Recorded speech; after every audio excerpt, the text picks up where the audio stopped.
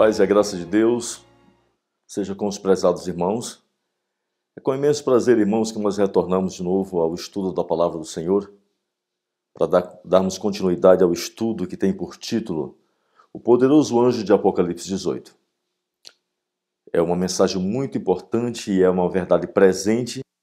Nós iremos, mais uma vez, nos ajoelhar perante o Senhor para pedirmos as bênçãos do céu, para darmos continuidade, para que o Senhor assim nos conceda seu Espírito Santo, a sua direção, para transmitirmos uma mensagem que venha realmente reavivar e reformar o povo do Senhor.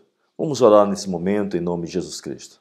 Senhor Deus Todo-Poderoso, que criou os céus, a terra, o mar e tudo que existe, pela tua bondade, Senhor Deus, em nome de Jesus, aqui me ajoelho perante a tua presença. Lhe sou muito grato, Senhor, por todas as bênçãos que tem nos concedido. Agora eu rogo, Senhor, tua misericórdia, que me conceda a tua graça, para que assim, Senhor Deus, eu venha concluir esse trabalho que tu me deste para realizar. Que o Senhor venha abençoar os ouvintes, para que também, Senhor Deus, eles sejam agraciados com teu Santo Espírito. Pai querido, em nome de Jesus te oramos e te agradecemos. Amém. É com imenso prazer que nós retornamos de novo com o estudo da Palavra do Senhor. Iremos dar continuidade ao estudo que tem por título O Poderoso Anjo de Apocalipse 18. Irmãos, infelizmente, hoje em nossos dias, em nosso meio adventista do sétimo dia, tem sido mal colocado a profecia com respeito ao derramamento da chuva cerúlea. Tem sido colocado de uma forma errônea o tempo em que Deus nos dá o poder para a vitória do nosso pecado e o tempo para testemunhar da vitória desse pecado. Infelizmente, hoje, em nosso meio, tem se pregado e tem se ensinado que nós não precisamos vencer para recebermos a chuva cerúlea. Nós iremos discorrer algumas páginas de um livro muito importante, um livro que eu encontrei já há muito tempo, de um dos nossos pioneiros, que tem por título o pastor Gilbert. O pastor Gilbert, antes da sua morte, ele escreveu um livro que tem por título O Ômega da Apostasia. E nesse livro, ele vem tratando com respeito à justificação pela fé, ele vem mostrando também com respeito à chuva cerúlea, e nesse livro ele vem mostrando como o ômega da apostasia, ele atacou os fundamentos de nossa fé, e vem trazendo a nós uma concepção errada com respeito à vitória sobre o pecado e a chuva cerúlea. Nós iremos comentar algumas páginas do livro dele, que é muito importante. Ele diz: o tempo quando Deus adiciona seu poder em nossa experiência para nos dar vitória tem sido mal colocado. E disso tem resultado confusão. Mas por quê? O Espírito Santo é prometido tanto para a vitória como para o poder. Poder para a vitória pessoal e poder para testemunhar têm sido confundidos. Diz ele: a distinção não é feita propriamente entre os frutos do Espírito e os dons do Espírito. De maneira que as pessoas estão sendo ensinadas a buscar pelo poder da chuva cerúlea, para então dar vitória na vida. Por essa razão, eles são confundidos em seus propósitos, como eles são dados, e o tempo ou a ordem em que são dados. É muito interessante nesse comentário que ele mostra aqui, que hoje nós, adventistas do sétimo dia, a maioria das pessoas hoje na nossa igreja, estão buscando a chuva cerúlea para a vitória, enquanto a chuva cerúlea não é para a vitória nossa, de nossos pecados. A chuva cerúlea é o poder do Espírito Santo para a gente testemunhar da vitória sobre o pecado que alcançamos por intermédio da chuva temporal. Ele continua: os frutos e os dons são duas manifestações distintas de obras do Espírito Santo.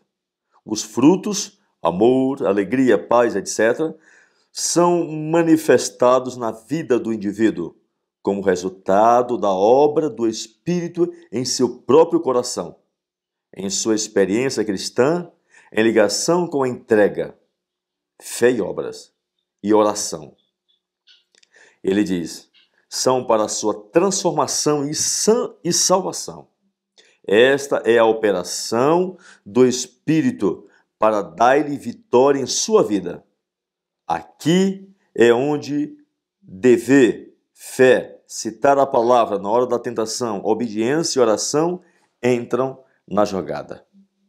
Então hoje a igreja não compreende, não entende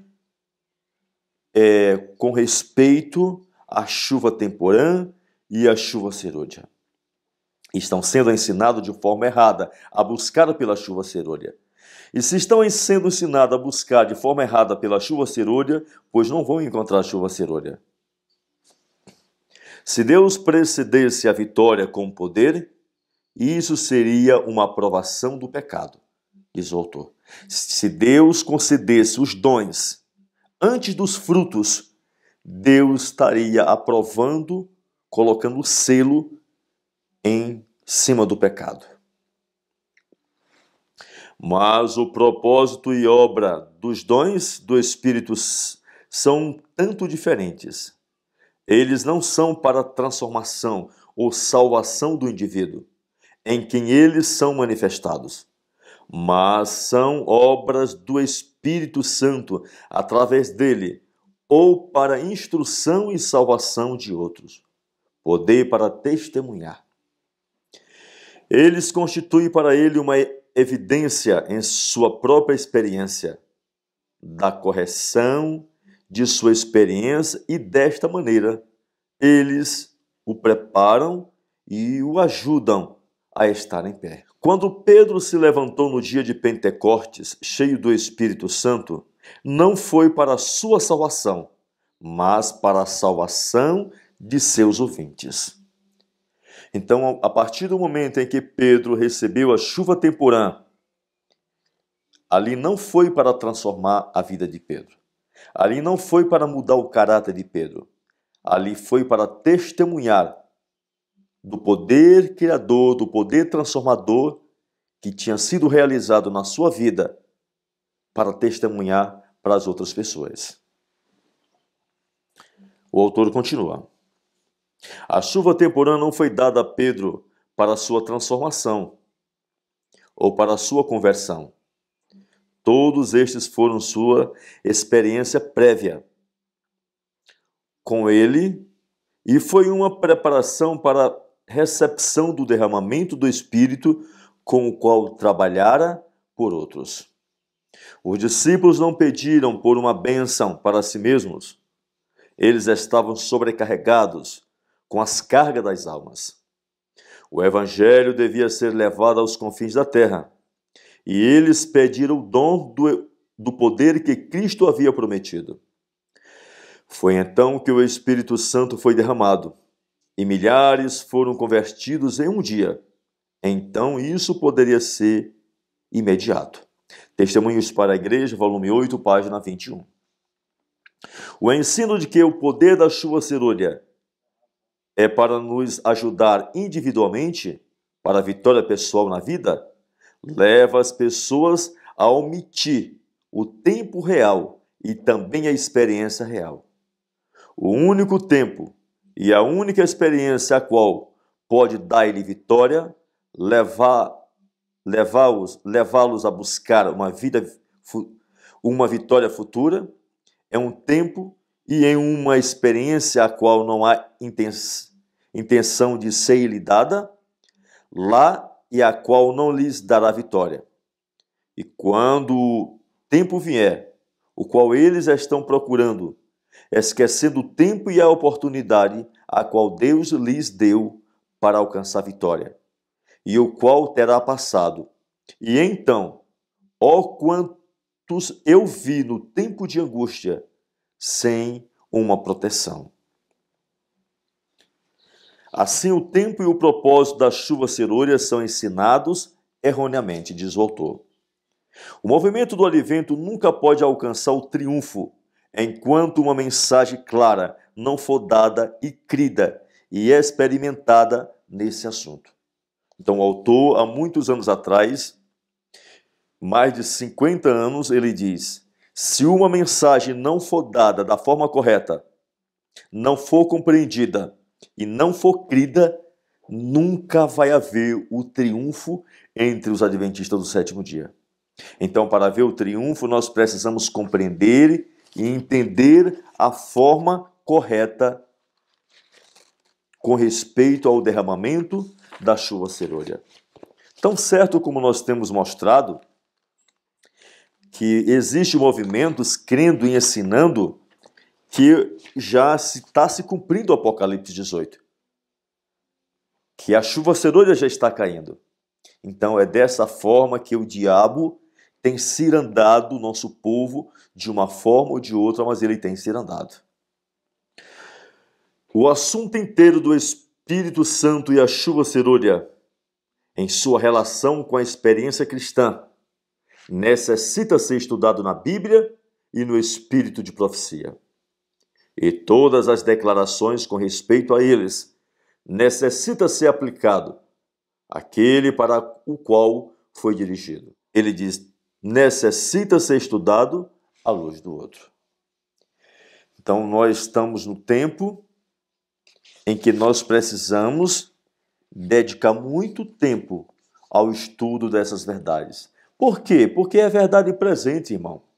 E é verdade para os nossos dias. Nós estamos à espera da chuva serôdia. Nós estamos no tempo da chuva serôdia.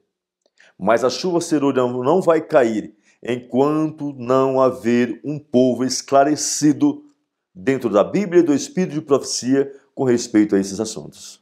Testemunhos para Ministro, página 507. Primeiro nós iremos ler Testemunho para Ministro, página 399.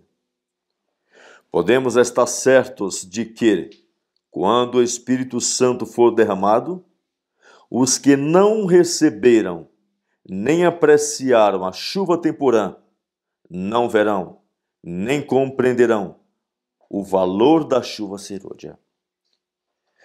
Então, ou seja, aqueles que não valorizaram, aqueles que não apreciaram a mensagem da justificação pela fé, da justiça imputada, da justiça comunicada, do novo nascimento, da formação do caráter, eles não irão compreender e entender o derramamento da chuva serôdia.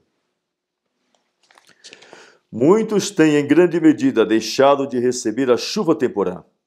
Não têm obtido todos os benefícios que Deus assim para eles tem provido. Esperam que as falhas sejam supridas pela chuva serôdia. Quando a maior abundância da graça estiver para ser outorgada, esperam poder abrir o coração para recebê-la. Ellen G. White diz: estão cometendo um erro terrível. O trabalho que Deus começou no coração humano mediante sua luz e conhecimento deve estar continuamente avançando. Cada indivíduo deve estar cônscio de sua própria necessidade. Deve o coração ser esvaziado de toda mancha, purificado para a habitação do Espírito Santo. Foi pela confissão e pelo abandono do pecado, por meio de fervorosa oração e da entrega pessoal a Deus, que os primeiros discípulos se prepararam para o derramamento do Espírito Santo no dia de Pentecostes. Ela diz: o mesmo trabalho, só que em grau mais elevado, deve ser feito agora. Então nós devemos pegar aqui a Bíblia, olharmos o livro de Mateus, Lucas, Marcos e João e Atos dos Apóstolos, principalmente o Atos dos Apóstolos, e ver o que os discípulos fizeram. E Ellen G. White diz: aquilo que eles fizeram, devemos nós, em grau mais elevado, fazer. Ali diz que eles se reuniam para orar, para jejuar, para buscar a presença de Deus. Ali diz que eles estudavam as profecias. E quando eles compreenderam, fizeram uma entrega sem reserva a Deus, enquanto eles não contendiam, deixaram de contender completamente um contra o outro, somente então a chuva temporã caiu sobre eles. Ela diz mais: mas não se deve negligenciar a graça representada pela chuva temporã. Só os que estiverem vivendo de acordo com a luz que têm recebido poderão receber maior luz. Isso é interessante, irmãos. Se você e eu recebemos 10 gramas de luz e só estamos vivendo 9, não receberemos mais luz. Somente aqueles que estão fazendo uso, que estão vivendo toda a luz que foi recebida, receberão mais luz. Se você receber um pouquinho de luz e se você buscar viver pelo poder de Deus essa luz, Deus te dará mais luz. A não ser que nós estejamos desenvolvendo diariamente na exemplificação das ativas virtudes cristãs, não reconheceremos as manifestações do Espírito Santo na chuva serôdia. Pode ser que ela esteja sendo derramada nos corações ao nosso redor, mas nós não a discerniremos, nem a receberemos. Aqui não está dizendo que a chuva serôdia está caindo hoje. Ela está dizendo que quando ela cair, pode estar sendo caída ao nosso redor, mas nós não iremos perceber. Da mesma forma como aconteceu nos dias de Pentecostes, lá nos dias dos discípulos. Eles estavam cheios do Espírito Santo, estavam recebendo o Espírito Santo. E os líderes judaicos, a igreja judaica, o que eles disseram? Que eles estavam bêbados. Eles não reconheceram o derramamento do Espírito Santo no dia de Pentecostes. Eclesiastes 1:9 diz: tudo que foi, será. Nada é novo debaixo do céu. Da mesma forma, a maior parte do nosso povo, de nossa igreja, com nossa liderança, não vai reconhecer o verdadeiro derramamento da chuva serôdia. Vai dizer que é o poder do diabo que está sendo manifesto no meio do povo de Deus. Certo, irmãos? Por quê? Porque hoje está tendo uma compreensão errônea do derramamento da chuva serôdia. Está tendo uma compreensão errônea com respeito à vitória sobre o pecado. Então isso, um passo nos leva a outro passo. Um passo nos leva a outro passo, até que você chegue a determinado lugar. Até que se chegue na apostasia geral. A chuva serôdia, ceifando a colheita da terra, representa a graça espiritual que prepara a igreja para a vinda do Filho do Homem. Mas, a menos que a chuva temporã tenha caído, não haverá vida. A grama verde não brotará. A menos que as primeiras chuvas tenham feito o seu trabalho, a última chuva não poderá levar nenhuma semente à perfeição. Primeiro tem de haver o broto, depois a espiga, e só então o grão de milho cheio na espiga. Deve haver um desenvolvimento constante das virtudes cristãs, um constante avanço na experiência cristã. Isto nós devemos querer com toda a intensidade de nosso desejo, para que possamos adornar a doutrina de Cristo, o Salvador. Muitos têm falhado, em grande medida, em receber a chuva temporã. Eles não obtiveram todos os benefícios que Deus tem assim providenciado para eles. Eles esperam que a falta seja suprida pela chuva serôdia. Quando a rica abundância da graça será concedida, eles tencionam abrir o coração para recebê-la. Eles estão cometendo um erro, um terrível engano, diz Ellen White. Se nós estamos esperando que a chuva serôdia me leve a vencer meus pecados, a curar minhas enfermidades, eu estou cometendo um terrível erro. Se eu estiver esperando que a chuva serôdia me dê a vitória, me liberte, me purifique, eu estou cometendo um grande erro. Um grande erro, irmão, um erro terrível. Muitos adventistas irão chorar amargamente, porque com toda a luz que Deus colocou, levantando um profeta, escreveu tudo ao nosso respeito, tudo o que precisamos, tudo o que necessitamos para a vitória sobre o pecado, mas mesmo assim nós estamos pisando a pé. Mas não deve haver nenhuma negligência da graça representada pela chuva temporã. Somente aqueles que estão vivendo na luz que receberam é que receberão grande luz. Somente os que estão vivendo a luz que já recebeu receberá mais luz. Vamos supor, se Deus hoje te deu a luz bem aqui, sobre vida no campo, e se você não está vivendo, Deus não vai te acrescentar luz. Deus não vai te dar luz enquanto você não tomar uma posição a respeito dessa luz. Ou negar ou vivê-la. Aqueles que desejam reformar a outros devem começar a reforma em seus próprios corações e revelar que adquiriram bondade e singeleza de coração na escola de Cristo. Aqueles que têm responsabilidade sobre outros devem aprender primeiramente a dominar-se a si mesmos, refrear-se de expressões bruscas e de censura exagerada. Então, primeiro devemos tirar o quê? A trave de nosso olho, para depois tirar o cisco do olho dos outros, diz Ellen White. Onde quer que estejamos, onde quer que vamos, Ele, o Espírito Santo, sempre ali está, concedido em lugar de Cristo, para agir por Ele. Estar sempre à nossa mão direita, para nos falar palavras amáveis e calmas, para apoiar, suster, erguer e animar. A influência do Espírito Santo é a vida de Cristo no coração.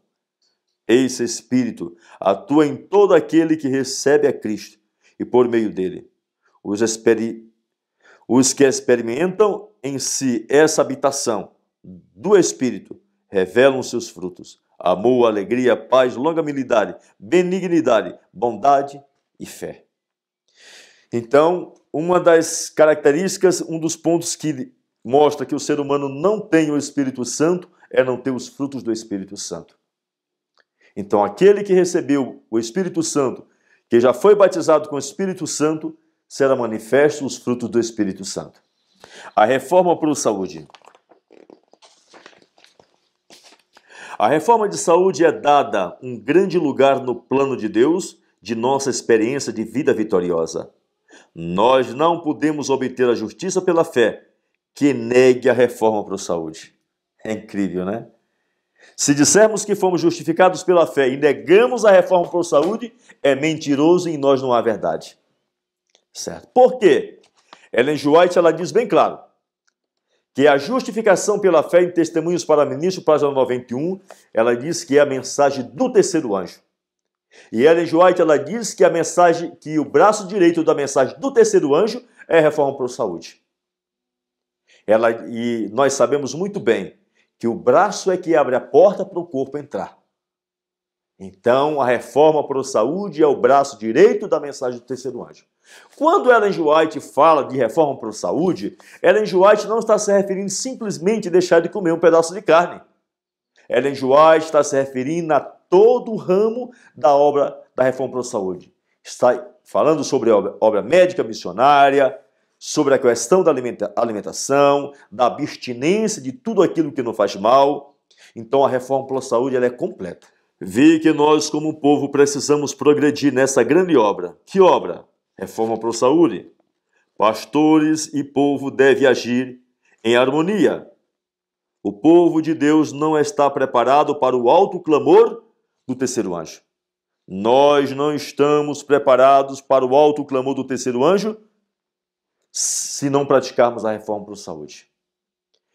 Irmão, você já imaginou se o apóstolo São Pedro, quando ele chegou lá na porta do templo, que encontrou aquele homem doente, todo miserável, e Pedro fosse diabético, então Pedro tivesse com colesterol lá em cima, então se Pedro tivesse com as veias do coração tudo entupidas de comer carne, de comer óleo, se Pedro passasse de semana sem defecar, sem fazer cocô, de tanto comer alimento refinado, como que Pedro agora chegava e ia dizer, eu não tenho nem prata nem ouro, mas o que eu tenho te dou, levanta-te.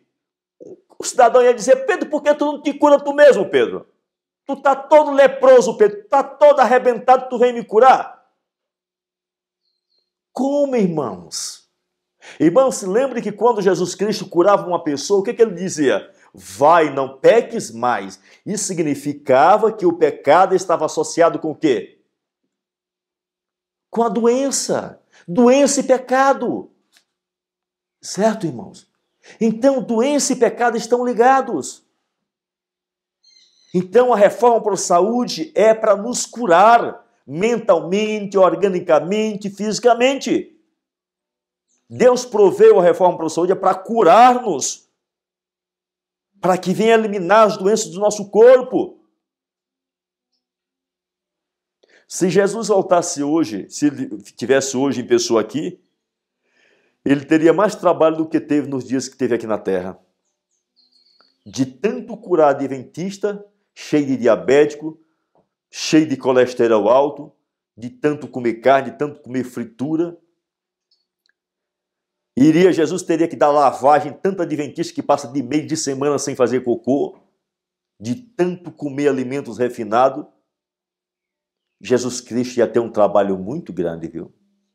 A reforma de saúde é o meio empregado pelo Senhor para purificar a sua igreja. Então, a reforma para a saúde é o meio que Deus deixou para purificar a igreja adventista do sétimo dia. Está aqui. Em Testemunhos para a Igreja, volume 9, páginas 112 e 113.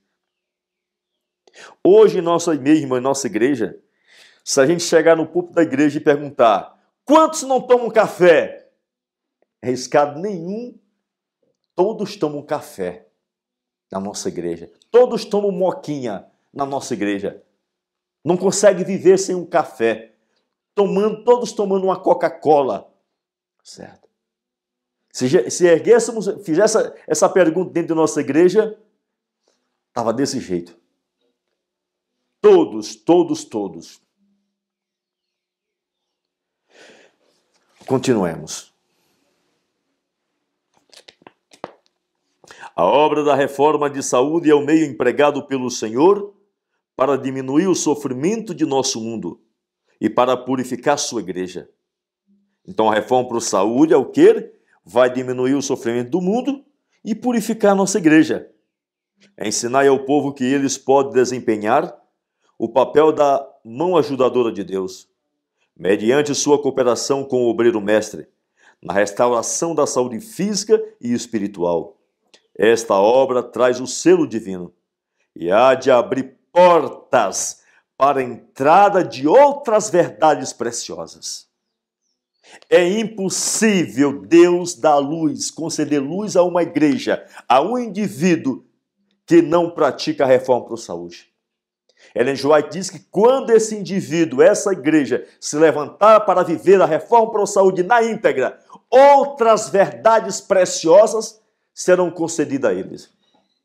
Mas enquanto ele não levantar, não tomar o levante para viver a reforma para a saúde, ele vai ficar pregando: Zaqueu pula da árvore, Zaqueu pula da árvore, Zaqueu pula da árvore. Esse é o sermão que a gente vê quarta, domingo e sábado em nossa igreja. É o Zaqueu pula da árvore, Zaqueu pula da árvore. Infelizmente, é o chamado sermão água de açúcar, sermão viludo, que só consegue fazer cosca nos irmãos, fazer os irmãos dar gargalhada dentro das igrejas. Que nossas igrejas parecem mais um circo de tanto da gargalhada. Pastor ímpio sobe para o púlpito para fazer os irmãos da gargalhada. O poder controlador do apetite será provado ser a ruína de milhares. Quando, se eles tivessem conquistado nesse ponto, eles teriam tido poder moral para ganhar a vitória sobre cada outra tentação do diabo.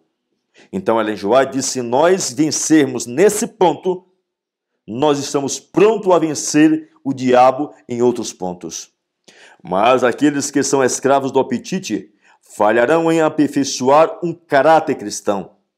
Ao nos aproximarmos do término do tempo, as tentações de Satanás para ser indulgentes com o apetite serão cada vez mais poderosas e mais difíceis de vencer. É impossível para aqueles que são indulgentes com apetite obterem a perfeição cristã. É impossível para aqueles que são indulgentes com apetite alcançar a perfeição cristã. Hoje nós andamos dentro de nossa igreja, adventista do sétimo dia. Quando se fala numa lição de escola sabatina sobre reforma para a saúde, pronto. Aí o irmão chega e diz assim, quer dizer que quem come carne não vai para o céu, irmãos? Irmãos, a palavra diz bem claro que não vai para o céu. Não é só quem come carne não, irmãos. Porque intemperança não é só comer carne. Comer açúcar branco, comer em demasia, tomar refrigerantes, tomar Coca-Cola, comer alimentos que te faz mal, qualquer alimento que te faz mal, é intemperança. Continuemos. Deus exige que os apetites sejam puros e que a negação do eu seja praticada com respeito àquelas coisas que não são boas. Esta é uma obra que deverá ser feita antes que seu povo possa estar diante dele como um povo aperfeiçoado. A rejeição do lugar de obediência da reforma de saúde tem na experiência cristã, unida com o desejo de poder dos dons para obter vitória. Naturalmente produz um desejo de assegurar a saúde por meio de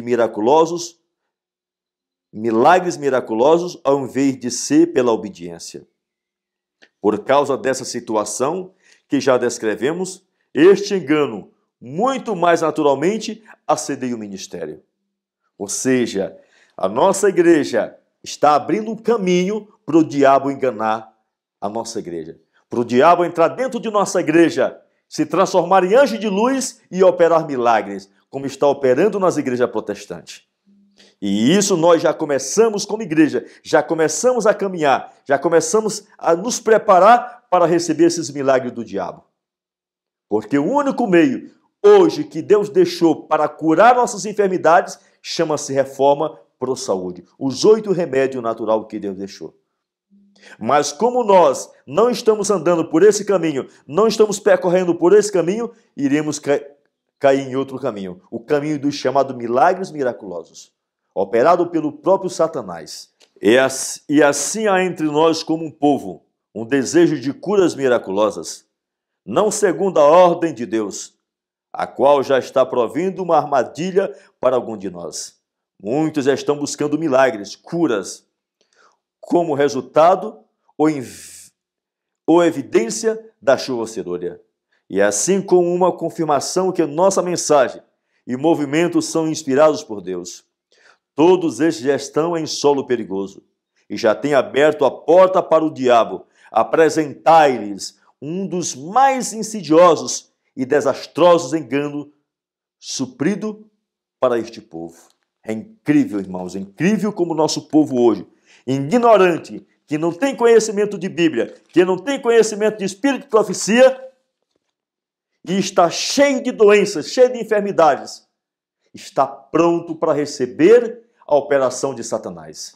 Medicina e Salvação, página 13, diz assim: Os que querem satisfazer o apetite, esclarece ela, e sofre por causa de sua intemperança, tomando droga para se aliviarem, podem estar certos de que Deus não interferirá para preservar a saúde e a vida, que estão temerariamente a ser posta em perigo.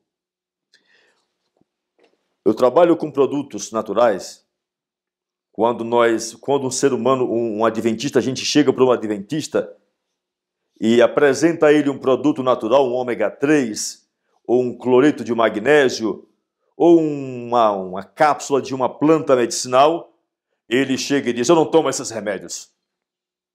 Eu só tomo os remédios passados pelo médico. É mesmo, irmão, é. Pois, meu prezado irmão, os médicos hoje, o cérebro dos médicos é o sistema farmacêutico. O cérebro dos médicos é o sistema farmacêutico. E eles estão ali para te fazer morrer de doença, porque eles hoje estão tratando de sintomas em vez de causas. E ele fica te empurrando de droga, te matando de droga, te matando de droga, sem te dizer que você deve se abster do que está te matando. Nunca é plano de Deus, não é plano de Deus. Os nossos remédios, está lá em Ciência do Bom Viver, são 8 remédios naturais. Ou que Deus proveu para a sua igreja, para curar as enfermidades de sua igreja. Deus não ordenou que a fileira ou ala de seu povo receba curas físicas miraculosas em tempo de doença. Conquanto hoje em dia ele não deseja excluir curas miraculosas, sobre esse assunto ele colocou uma diferença entre aquelas dos dias apostólicos. A maneira pela qual Cristo operou foi pregar a palavra e aliviar o sofrimento por obras miraculosas de cura. Mas eu fui instruída que nós não podemos trabalhar desta maneira, porque Satanás exercerá seu poder, operando o milagre, porque obras espúrias de cura, reclamando serem divinas, serão enganos. Por esta razão, o Senhor destacou uma maneira na qual o seu povo deverá levar avante a obra de cura física. Combinada com o ensino da palavra, devem ser estabelecidos sanatórios, e com essas instituições devem ser entregues a obreiros que levem avante um genuíno trabalho médico missionário. Então, o plano de Deus hoje é que o povo de Deus seja curado através da obra médica missionária. E isso deveria ser uma obra de toda adventista, mas principalmente dos pastores e dos comportores. Mas, infelizmente, eles não sabem fazer nem um chá de capim-limão, certo? Que dirá ensinar o povo a se curar? Cada um só dá o que tem, ninguém dá o que não tem. Então, nossos pastores não podem dar essa mensagem porque eles não creem e não vivem. Nem ele, nem os nossos comportores, nem os nossos obreiros e anciãos líderes de igreja. Cada um só dá o que tem. Ninguém dá o que não tem, irmãos. Uma razão pela qual Deus agora não faz cura miraculosa, a razão principal é que isso não dá a ajuda necessária para aperfeiçoar o caráter. E caráter é a única coisa que nos prepara para a chuva serolha ou trasladação. Então, a questão hoje de nós praticarmos a reforma para a saúde, qual é o principal alvo? Qual é o principal? É formação de caráter. E essa é a questão primária. E a secundária é o que é? Cura das enfermidades. Mas hoje nossa igreja, nossa liderança chega e diz que reforma para a saúde é simplesmente uma questão de doença. Certo? Que é a questão ética, não comer carne, não comer isso é simplesmente para não ficar doente. Enquanto a palavra de Deus diz que o principal alvo é a formação do meu e do teu caráter. É nos preparar para recebermos a chuva serolha. É nos prepararmos para a transladação. Esse é o principal propósito de nós praticarmos a reforma para a saúde. Alguém, às vezes, uma pessoa do mundo chega e diz assim, mas o senhor não come carne? Mas o senhor não come isso, por que você não come? É a tua religião? Tem alguma a ver com a tua salvação? E muitos com vergonha não. Não, é porque eu não quero ficar doente, eu me sinto melhor não comendo isso, não comendo aquilo. Tem vergonha de dizer que tem tudo a ver com a sua salvação. Tem vergonha de dizer. Um é porque ele não crê, e segundo é porque ele não sabe provar. Esses são os motivos. Obediência é a coisa que desenvolve o caráter. E para tornar perfeito o caráter, a obediência deve incluir os hábitos espirituais e físicos na vida. E se Deus deveria curar-nos miraculosamente de doenças causadas por nossas próprias transgressões, e em meio de nossas transgressões. Desta maneira, ele colocaria o seu selo sobre os nossos pecados. E como resultado, nós seríamos confirmados em nossos pecados, antes que conduzidos para longe deles. E a preparação para a chuva serôdia e para a transladação retarda antes que a favorecida. Se nós pudéssemos curar, através de dons de cura, cada pessoa doente que viesse a nós e que está em nosso meio, que não ajudaria Deus em sua grande tarefa de ter os caracteres prontos para a transladação. Antes, isso o atrasaria em fazê-lo. E isso levaria o povo a olhar levianamente para a obediência da lei física e sobre os seus pecados físicos, e o impediria de lançá-los fora, e assim impediria o desenvolvimento do caráter. Então, o meio que Deus deixou para curar é a reforma por saúde.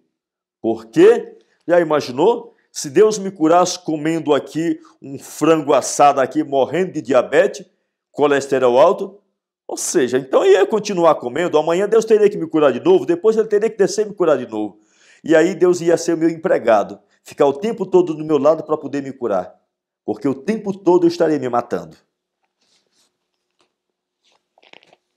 Se nós somente estivermos vivendo em obediência como pessoas e obreiros evangélicos, e como obreiros médicos, então Deus poderia adicionar curas miraculosas sem se comprometer.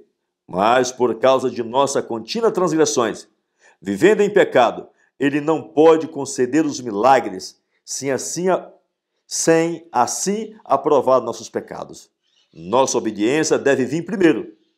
Neste ponto, note a seguinte citação de Ellen G. White. Após o batismo de Cristo, ele pregou o evangelho aos que estavam nas redondezas. Ele estava operando cura. A obra médico-missionária estava ligada à pregação do evangelho. Vocês poderão dizer, por que então não assumiu o trabalho e será os doentes como Cristo fazia? E eu respondo, vocês não estão prontos. Alguns têm crido, alguns têm sido curados, mas há muito mais que tornam a si mesmo doentes, por intemperança no comer ou sendo indulgentes para com outros hábitos errados. Quando eles ficam doentes, deveremos orar por eles para que sejam levantados, para que eles possam voltar às mesmas obras novamente? Deve haver uma reforma em nossas fileiras. As pessoas devem alcançar um padrão mais alto antes que esperemos o poder de Deus ser manifestado de uma maneira marcante para a cura dos doentes. Deixe-me dizer-vos que o doente será curado quando você tiver fé para vir a Deus da maneira correta. Prezados irmãos, nós iremos fazer uma parada para orarmos ao Senhor, para que Ele venha nos conceder mais graça para continuarmos a transmitir essa mensagem tão importante. Uma mensagem que está desmascarando Satanás. Uma mensagem que está jogando por terra os ardis do diabo. Uma mensagem que vem nos esclarecendo a nossa condição como laodiceano. Uma mensagem que vem nos mostrando o que fazer para recebermos a chuva serôdia. Oremos ao Senhor em nome de Jesus. Senhor Deus Todo-Poderoso, Pai Celestial, obrigado, Senhor, por ter nos concedido esses esclarecimentos através da Bíblia e do Espírito de profecia. Agora tenha misericórdia de tua igreja, de teu povo, Senhor, para que essa luz venha alcançá-los, para que assim nós venhamos, Senhor, sair debaixo das asas do diabo e assim, Senhor Deus, nos aprontarmos para o reino dos céus. Em nome de Jesus, amém.